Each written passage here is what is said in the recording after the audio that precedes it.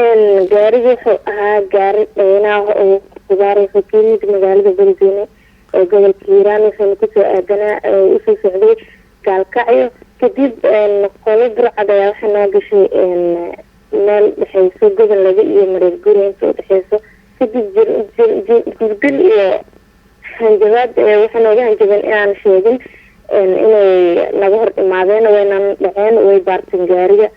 magaaladee marka goobta idinku baartay ay u dhowdahay? mareer guri iyo inta udhexeyso gobol laga. waa gartay marka kooxdoodii ka hor timid maxay sameeyeen?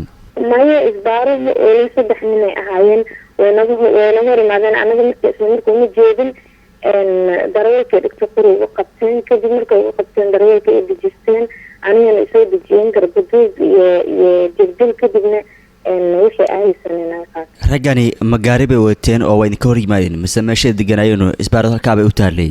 gaari meedan 3 weeligeynay. waa gartay kadib marka qaab ceenka iyo baarashada u sameeyeen miyay idin rasaasayeense? maya wax rasaaseen ima jirin hanjabaad iyo qori ay nagu qabteen bis wax oo kasaasayna mareegin. maxayna ka qaateen marka? mobeelo iyo waxay naga qaateen wixii gaariga saarnaa way galeen way baarteen kadibna waxay dhaheen naga sii jeestay ana nala sheegin anagana waa baxnay waa naga tegeen. gaariga imise qof camal aa saarneed?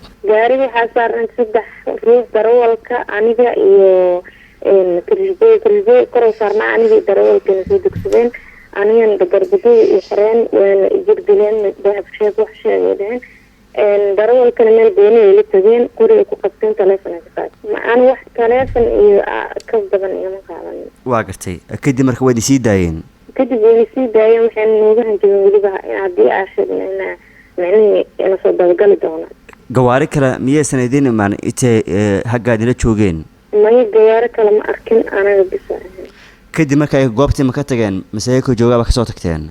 way ka tageen weliba laamiga si turis u qaadeen hore taasoo u socdeen waxay aadeen aan ka imaanay oo dhinacan hiiraan.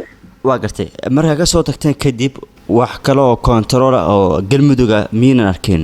walaa anaga ma arkin ma raadinin waan jecleen laakiin inaan geeno meesha nooga dhow oo ah saldhiga. dhacdadani markay dhacaysay imise saacay ahayd? waxay ahayd 8 saac bar camal ahayd.